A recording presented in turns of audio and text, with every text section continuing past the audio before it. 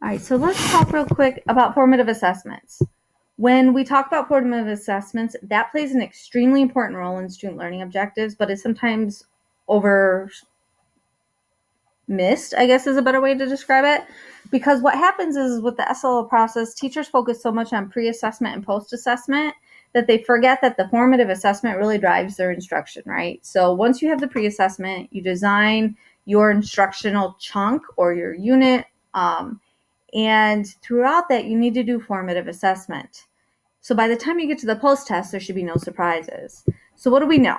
That's the first thing. Teachers are doing really good things in regards to formative assessment. We know that, for example, a core problem lies in the false but nonetheless widespread assumption that formative assessment is a particular kind of measurement instrument. What it really needs to be is a process. And what happens is teachers get it in their head that I do an exit ticket every day and that's a measurement instrument and that's my formative assessment, where they need to be continually assessing where their students are at. And I'll give a couple resources for your teachers on this.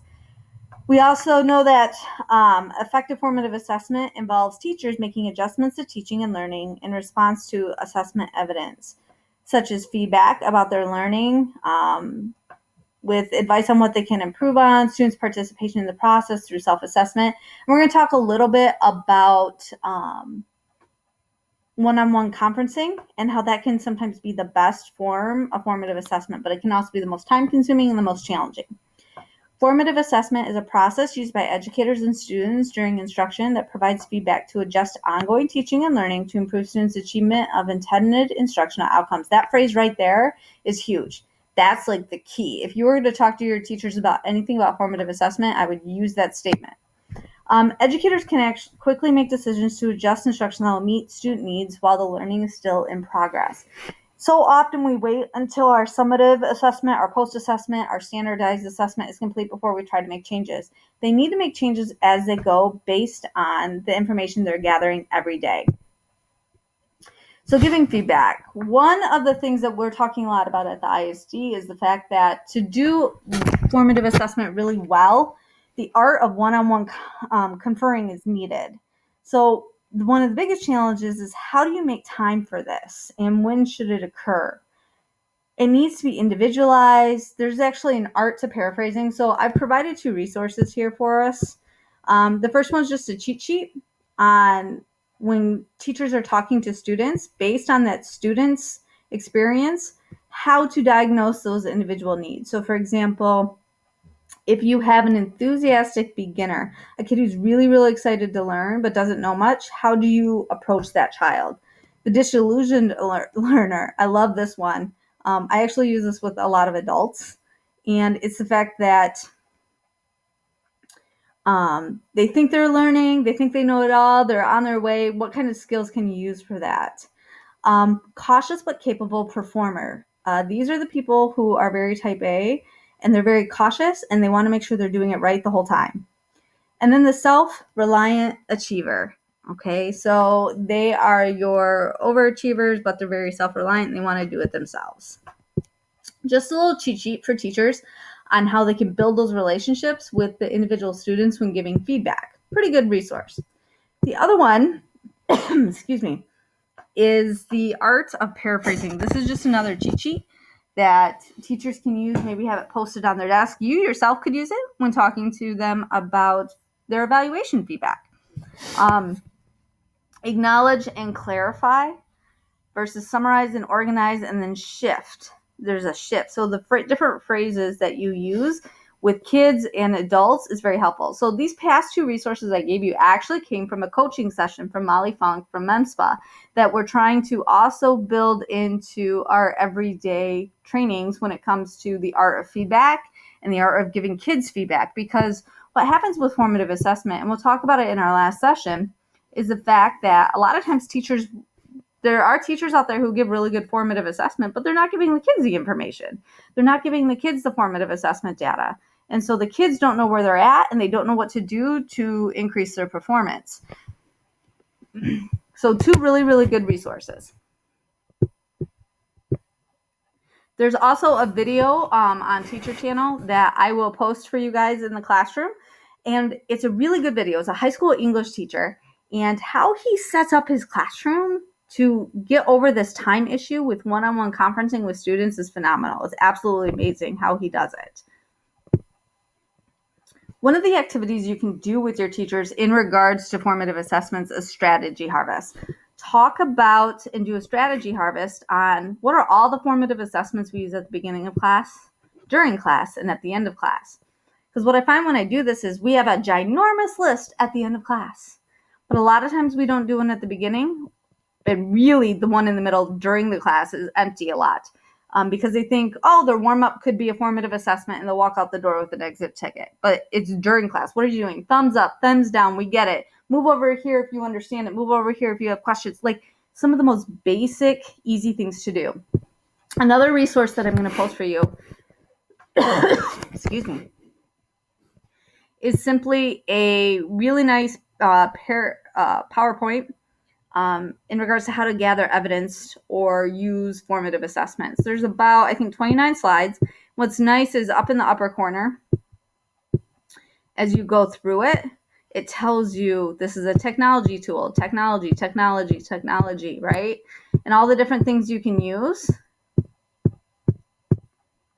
Here's one on peer assessment.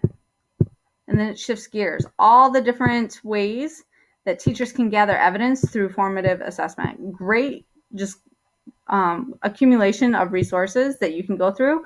Here's the key though. If you want your teachers to use them, you have to model them. Build them into your staff meetings. Build them into your PD days. Build them into your general conversations with small groups.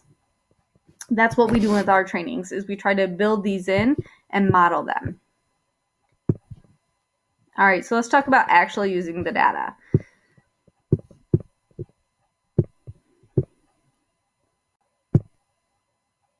Whenever we talk about data at the ISD, we talk about this concept of big data, small data, and micro data. So big data. The video I posted in the classroom, the TED Talk, talks a lot about big data, these big numbers. State assessments, for example, are big data. It's one-shot wonders, very summative in nature. They give you some good information, but typically it has very little minimal impact on classroom instruction. And then we have small data, things like benchmarkers and summative. So summative assessments, exams, NWEA is what I would consider small data, things that you can look at and make adjustments on a larger scale throughout the school year. Then we have microdata, and microdata is your formative assessment and student work. This is where teachers should be spending the majority of their time, but very few do. Okay, so designing and being very intentional with formative assessments, gathering the information to make day-to-day changes for their students and for their learning, and also examining student work. A lot of times when I work with districts on their PLC process, for example, they are always looking at DRA.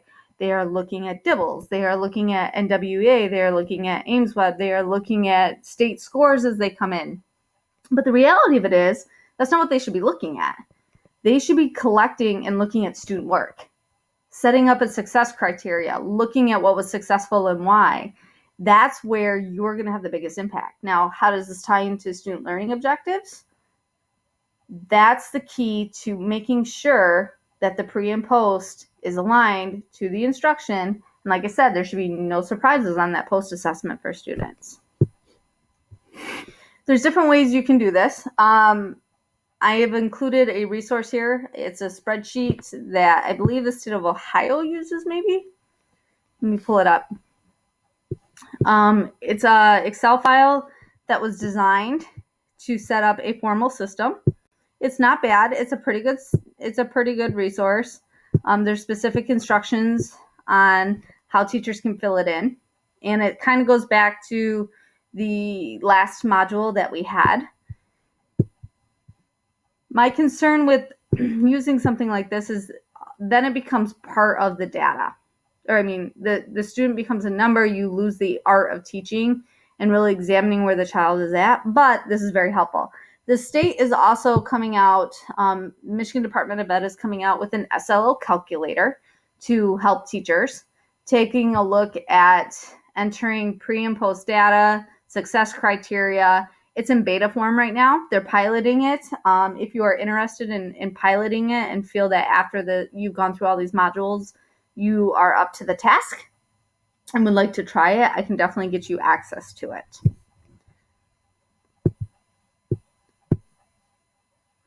So that's kind of where we're going to end right now, because in our last session, we're going to talk about what the student's role in this entire process and what that looks like. Because the reality of it is, a lot of times with student learning objectives, because teachers use it for evaluation purposes, they focus so much on pre and post assessment and not enough in the middle.